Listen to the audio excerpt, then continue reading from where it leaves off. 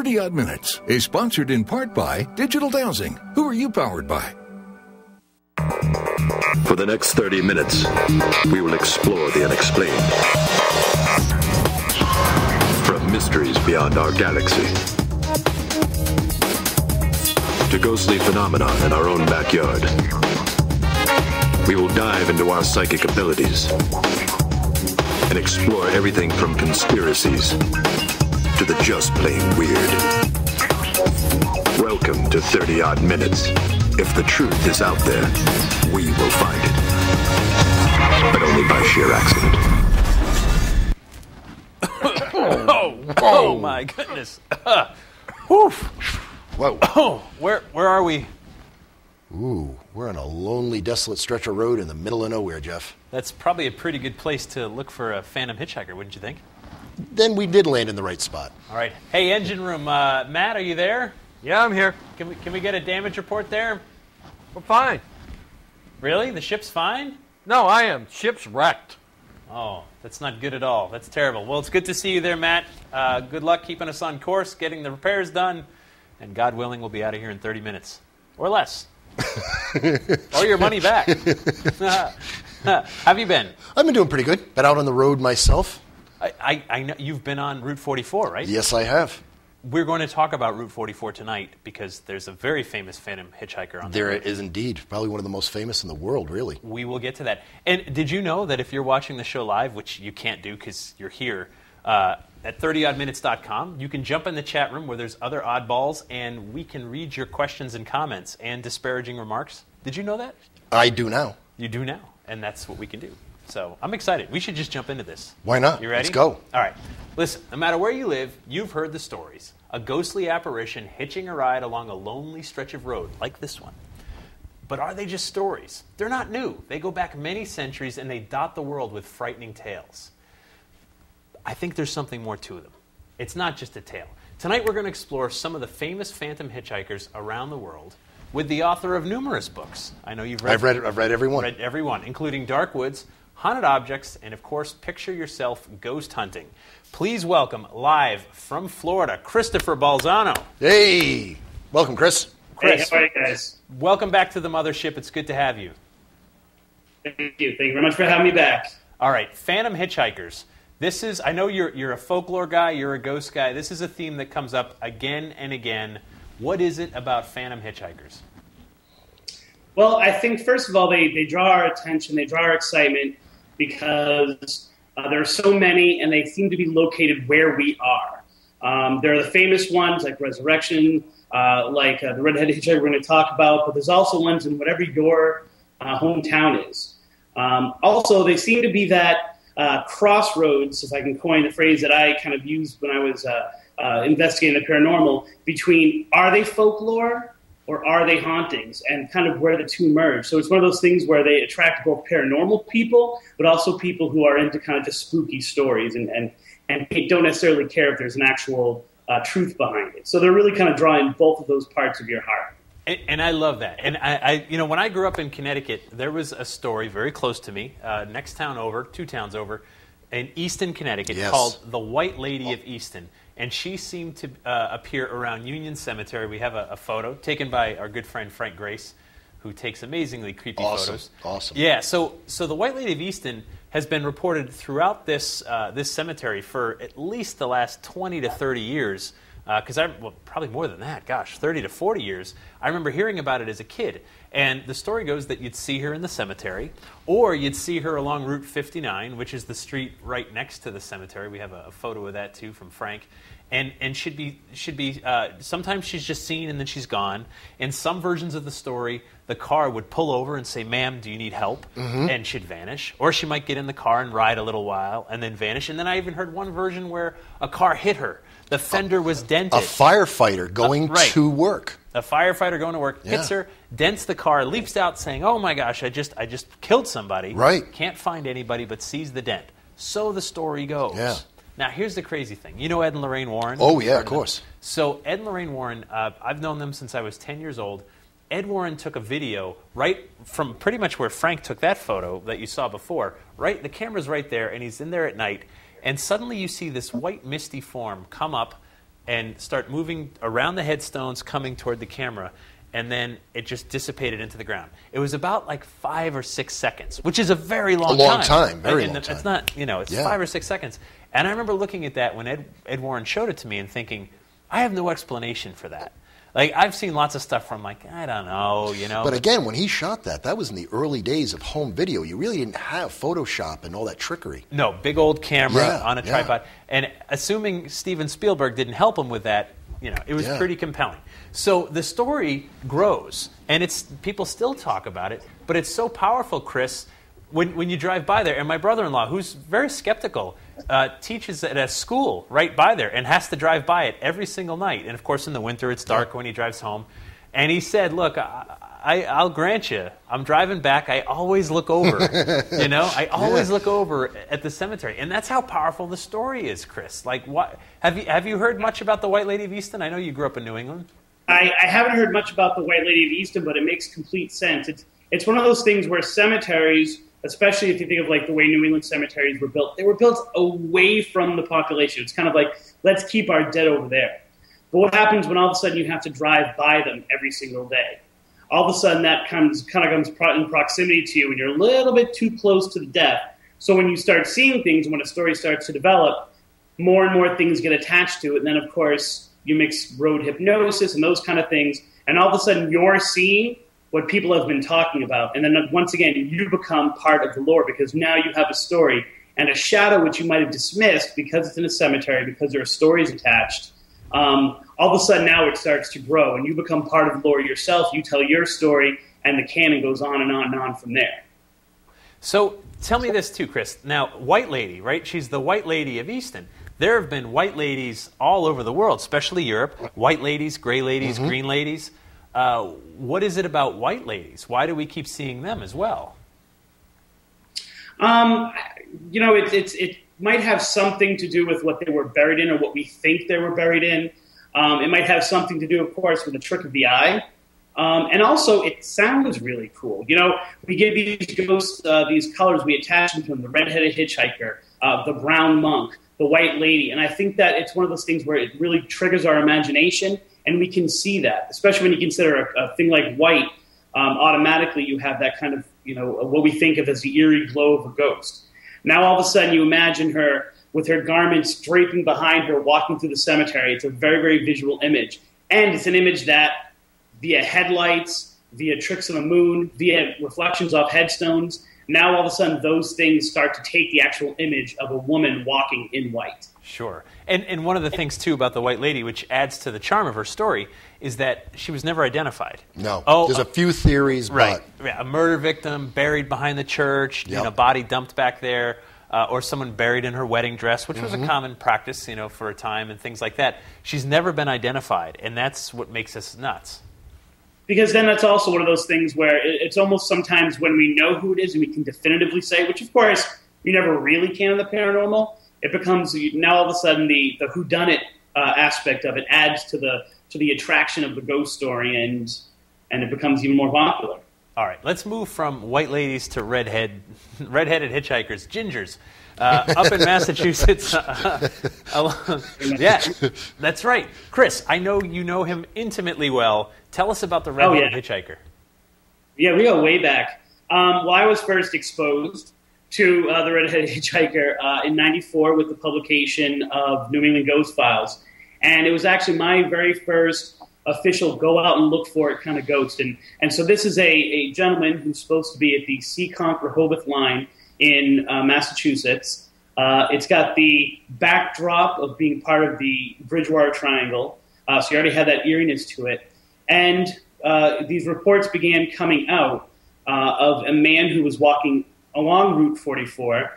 Sometimes he was hitchhiking, sometimes he was just walking. Tall man, dressed in jeans sometimes, but almost always wearing a shirt very similar to this. Tucked in sometimes untucked, which mine is, but I won't show you. And bright red hair, usually unkempt, so it was all messy. Just like you were saying in Connecticut, sometimes people would drive through him, going a certain mile an hour. Sometimes they'd be driving probably faster than they should be going on that road. at least 35, 40 miles an hour, look to their side, and he would be alongside them, not running like that, but his image would just be there. And then, of course, there were reports of people who would actually pick him up. And so people would see him, they would stop, he would get into the car, he refused to talk, he would look at them with either crazed eyes or dead eyes, and then somewhere along the line, when people would try to talk to him, he would disappear. So he wouldn't be there anymore. They would look, and he'd either vanish, or they would just look, and all of a sudden he would just be gone. And almost all of these stories that were told, especially in that book, had to do with some kind of auditory haunting along with it. His voice would come over the radio, or there would be some kind of interference. And it's one of those things where the original stories were published in '94, and it's really hard to find people who can document those original stories. But since then, that town has just exploded with the legends of these. Everyone knows someone who knows someone who knows someone who's seen them. When I originally started putting my stories online of stories that I was tracking down in ghost investigations, my most frequently requested and added to feature was the Redheaded Hitchhiker. Everyone knew of someone who had something. And when you started to see, which is even more than we saw in Union Cemetery, the one in Connecticut, is people would attach every kind of hitchhiker legend they possibly could to it. Like so, for lint on a example, sweat. you drive to the line, you honk your horn 3 times, you shut your lights off, he's going to appear when you turn your lights back on. Right. You have a story that if you're driving with 3 people, he's going to appear in the back seats, or he's going to appear in the empty seat as you're driving along that area. So it's really one of those things where everyone wanted to attach themselves to this story. And again, it's one of those powerful things. I know you've driven up and down 44. Well, I mean, million times. Chris, really, we got to give him credit because he was the one, of all the researchers I know, he's the one that really paid attention to this legend and really sifted through it. And through talking to Chris, he and I and a few other people, we started to come to the disappointing conclusion that the whole thing was like an urban legend. However, I have now personally met a woman who knew nothing about the legend and had a run-in with him that she sincerely thought she had killed somebody.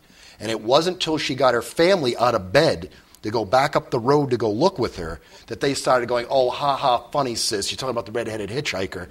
She had no idea what they were talking about. And even spookier, I was out ghost hunting at Anawan Rock with a group from Worcester. Not far from there. Not far from there. Yeah. And 2 police officers came to friendly tell us, it's 1:30 in the morning, it's time to get going, guys.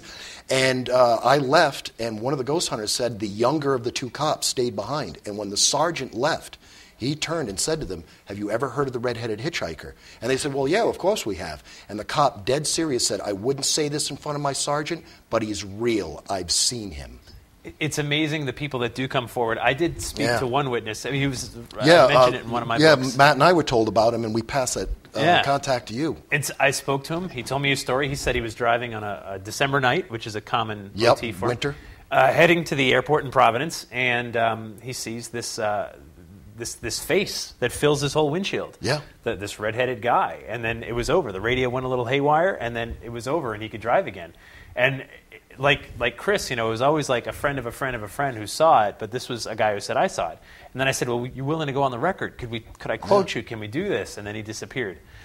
I understand. There's different reasons for that. And one of the troubles with the original book, the New England Ghost Files, is that all the names were changed. So while I understand people protect their anonymity, at the same time, there's no way of checking in on the story. It affects the credibility because you could have just made it up. Always a challenge with documenting these stories, isn't it, Chris?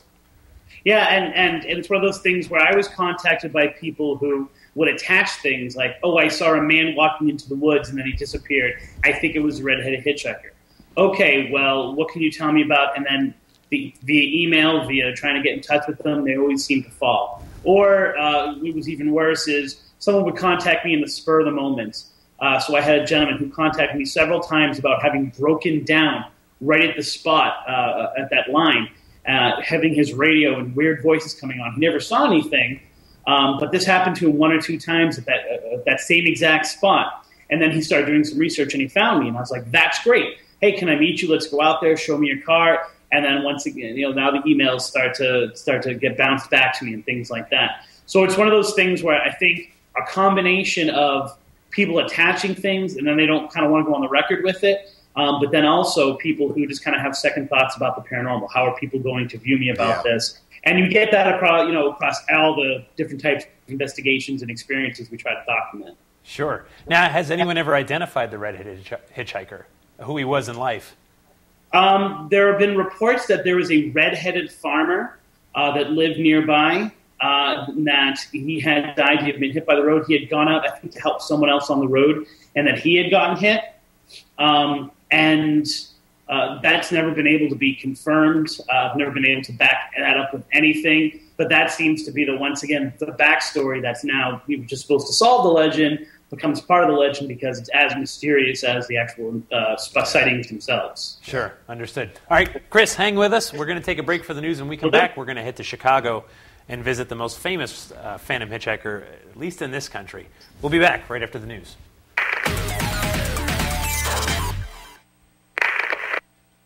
An Englishman named John Hyatt has recently placed some photographs on display that show what look like tiny fairies flying about in the sunshine. Hyatt is a professor of art research at Manchester Metropolitan University and says he caught the images while taking pictures of the late-day sun beaming through the trees in a forest in Lancashire, England. The photos, entitled The Rosendale Fairies, are currently on exhibit at the Whitaker Museum, which is located in Rosendale, Lancashire. Hyatt claims he didn't see these little creatures when he took the pictures. It wasn't until later when he was going through the shots at home that he noticed them. The professor says he did nothing to doctor these images other than enlarge them to show the detail of the little winged creatures. Skeptics are quick to dismiss the photographs as nothing more than flying insects gathering the sunlight to mate. Professor Hyatt considered this a strong possibility as well and tried to duplicate his pictures by taking shots of flies and gnats, but he says they just don't look the same. In an interview with the English newspaper The Mirror, Hyatt said, "I think it's one of those situations where you need to believe to see. A lot of people who have seen them say they have brought a little bit of magic into their lives, and there's not enough of that around." Well said. I'm Andrew Lake, and oddly enough, that's the news. Fairies in here, I think. Son of a gun. Don't swat them. I don't know, man. I've seen some bugs like that in my backyard. Maybe they weren't bugs. That's right. What do you think? That's right. I hate to put myself in the spot, but I am a believer in fairies and the wee folk, especially pugwudgies. Right, especially puckwudgies. All right, we're back with Chris Balzano, author of Picture Yourself Ghost Hunting, among lots of other books, and one of the prominently featured experts in the Bridgewater Triangle documentary recently. Looking so well in there. You looked great, Mr. Chris. Thank you. Let's head to Chicago now, because I think in this country anyway, it's safe to say the most famous phantom hitchhiker in the United States is Resurrection Mary on Archer Avenue. So let me set the stage. I've been there. I've been up and down Archer in search for her. I didn't find her. I will give that spoiler away now.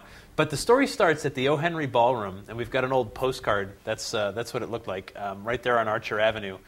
Now, today it's called the Willowbrook. It's changed ownership over the years, and there it is, the Willowbrook.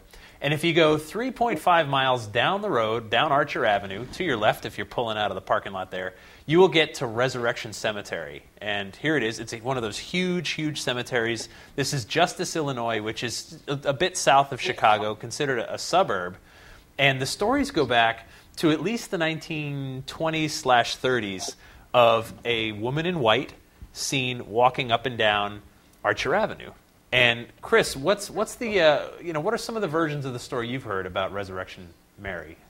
It's funny, when you contacted me today, I went online to look at some of the some of the modern stories that have been attached to it, because I remember reading about this story in Haunted America, in Haunted Midwest, or Haunted Heartland, I think it was, and it was a very kind of stripped down version of the story. It was supposedly a girl who, for some reason, and the reason was never given then, didn't make it from the dance hall to her house. She would walk the distance between there, and people would pick her up. And the first versions I heard were very, very, especially in that book, those books were very, very scant. There were, someone would pick them up, she would get in the car, and they would drive them, and then she would disappear. Or she would say, "This is my house," and they would say, "Stop, I'm at my house." And there's no house around here. And then all of a sudden, she would disappear. And maybe sometimes people would see her kind of going into the cemetery or on the other side of the cemetery. By the time the next generation of books come, we're already starting to have those urban legends. So we have, he stops at the cemetery, She goes in. He keeps driving because he's trying to find her. And he comes to a house and says, "Do you know who this woman is?" And the woman says, "That's my daughter. She died 7 years ago tonight," or something like that. And so in the second generation of the books that are really documenting this, you're already starting to see things kind of being added to the story. The gentleman offers his coat because she's cold when she gets in the car, and his car is still cold. He puts the coat on her. She disappears with the coat. He goes inside, finds a grave with the name Mary on it, and the coat is draped over it. So very quickly, this one kind of started getting, it was kind of like Velcro. Every possible roadside hitchhiker legend started to be attached to it. And, of course, from then, the story just grows. Now, here's the crazy thing. There's some meat on these bones with Resurrection Mary. So there was an incident that took place August 10th, 1976, if I'm to believe the notes that I wrote down ahead of time. August 10th, 1976, someone sees a girl trapped in the cemetery, that the gates were shut and locked, and someone drove by and said, "Oh, geez, someone got locked in there, must have been missed." It's a big cemetery. Right. And so they call the police, and the police come up, and they see a glowing white apparition and then find that the bars had been pulled apart. And if you look at the bars, there they are. You can see they're bent, and you see what looks like the indents of fingers. Yeah, right in the bars, like it had been heated up and spread apart. And so this added so much gravity to the legend, because you could go there for years and say, "Look, see, there, touch it. You can see it, you can touch it." Yeah. Now, it caused such a scene. The gates have been all replaced. They're gone. They're not there anymore. And allegedly, and I know some people in Chicago, Ursula Bielski, for one, who's been on 30-odd Minutes before. Allegedly, they exist somewhere, but no one's saying where, because it would just cause such a problem. So you've got this physical, tangible evidence of the fingerprints in the bars. And Chris, what do you make of that? What do you make when you see something like that you can see and touch? Well, it's a tough sell because, once again, this is a story, so where's the documentation of all of that? But once we get beyond that, my first reaction as a folklorist is, this is amazing. This is the past. This is a story reaching out and touching reality. But then you got to start thinking this way, like, well, say, for example, someone did something to intentionally bend those to become part of the legend. There are plenty of stories of other people kind of, faking and hoaxing all things across the paranormal. Could this be one of them? And then I fall back upon, well, yeah, but no one remembers the names of the people who reported it. Like, no one gained fame from it. So it's an odd situation, because why then? Why at that time? Was it some kind of anniversary? Was it some kind of, why of all the times that she's been cited? And you have to imagine, for every time she's cited, in theory, she's maybe making that walk every night. Why at this time did that happen? And it's unfortunate that we haven't done more investigation to see what might coincide with that date. But it's really hard to, if that evidence is true, if that evidence does exist, if it's actually documented, not just a legend upon a legend, it's very hard to dismiss that as not being part of something that we can't explain. Sure, of course. And I had heard the story that what had happened was a truck of some kind had backed into that gate, hit it, bent it. Someone came, heated up the bars, to try and repair it, pushed them back together, which is why you see the finger indents. And these two separate incidences, combined, and it became that was Resurrection Mary that did this. And another hotspot when it comes to the Resurrection Mary story is directly across the street from Resurrection Cemetery. I've been to this establishment, Chet's Melody Lounge. Take a look at this. I believe they're available for weddings and bar mitzvahs, although you wouldn't want to have either there.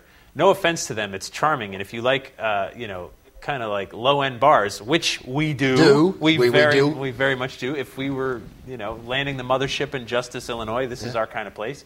And I went in there for the first time with Ursula. It was about 10:30 in the morning on like a Wednesday.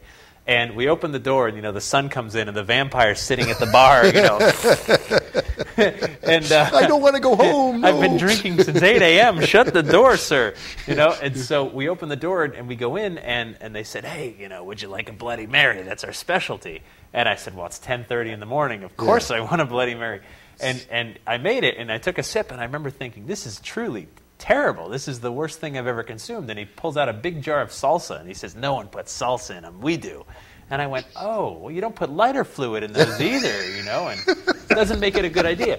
But here's the thing. I'm digressing left and right. I apologize. It was just such a fun experience. I imagine, yeah. So this bar is a place where people have stumbled in and said, I just hit a woman on the street. I was driving my car right down, Archer Avenue, and it's a pretty good stretch of road. Speed limit's probably 40, 45, something like that. And, I just hit a woman. Oh, my gosh, I can't find her. And they've got T-shirts for sale, Resurrection Mary. Right. And so this is a place that's become a real hotspot for the legend because people, talk about it within the bar. It's directly across the street from Resurrection Cemetery.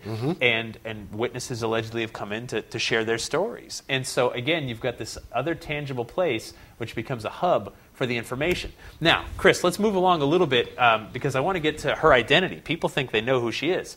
One of the classic, one of the main contenders was a woman named Mary Bregovi. Now, Mary does have a grave in Resurrection Cemetery. Oh, and all right. and she died in 1934 is when Mary Bregovi died. But Chris, from what I understand, the people that have really studied this legend don't believe she's the right person, correct? Right. Especially recently, there's been a lot of research, and you mentioned her before, Ursula's name before, for a woman named Anna, I believe it's Corvus, who had an Eastern European middle name, which is very much like Mary. Right. And she's gotten a lot more traction as of late as to possibly being the Resurrection Mary. So we actually have a photo of Anna Norkus, who died in 1927, and there she is. And there's the she was 12 years old. That's the crazy thing. So she had the story goes she went to the O. Henry Ballroom for a dance, and on a ride home, the girl was killed. 5 others were hurt, and as the auto falls into a ditch, and she becomes the tragic story and the leading contender for exactly who Resurrection Mary is. And it's one of the things, right, in paranormal investigation where we want to identify the spirit so badly. To put a name on it is the ultimate goal, right? On the one hand, if you give too many details, the legend kind of dies. It just becomes, well, that's it. We've got a conclusion. But Chris, what do you think all this means? Why do we have these phantom hitchhikers again and again? Well, and I think that's a really... Resurrection Mary is an example. If we can assume for a minute that maybe they're not real for one reason or another, we can say that, all right, these are stories that people share. They're sparked. They seem to be true enough, so we retell them. We have to start looking at, well, why are we doing that? And Resurrection Mary is a really good example of you have these Polish, and all the nominees for Resurrection Mary have been Polish or Eastern European women who are on their way back from the dance hall. I think I read something today about there was a fight and someone tried to take advantage of her, all these kind of things. These become, what they would call kinder tales. They become lessons mixed up in this very creepy, very scary situation. You strip it down, and what do you have? You have a young lady who shouldn't be out by herself trying to go from a bar or a dance hall back to her house, and something bad happens to her. Ain't hard to figure out the messages behind there. If you're a young lady, don't go out by yourself, don't get yourself in trouble, or else bad things will happen. And she becomes a warning call to people. She becomes a cautionary tale of what not to do. It's, Resurrection Mary is just a Chicago version of Little Red Riding Hood. Of course, sure. Grandmother might get slaughtered in the story, but we still have the situation where a woman strays from the road, and because of that, for one reason or another, she's punished. Unfortunately, Resurrection Mary, which makes the story kind of connect to us more, is she doesn't get a chance at redemption. Instead, she's forced to walk the rest of eternity, we can only imagine, reliving this mistake over and over and over again. So don't you do it yourself, or the same thing might happen to you. A cautionary tale, yeah. There's always a tale to it. Hitchhiking can be dangerous. Walking the road. You see a cross or flowers on the side of a road where someone had died. It's a message to all of us travelers, right? Slow down, be careful. You don't always make it. You don't always reach your destination, and sometimes that's where ghost stories are born. Chris Balzano, thank you for joining us aboard the mothership. We are out of time. From all of us to all of you, stay odd.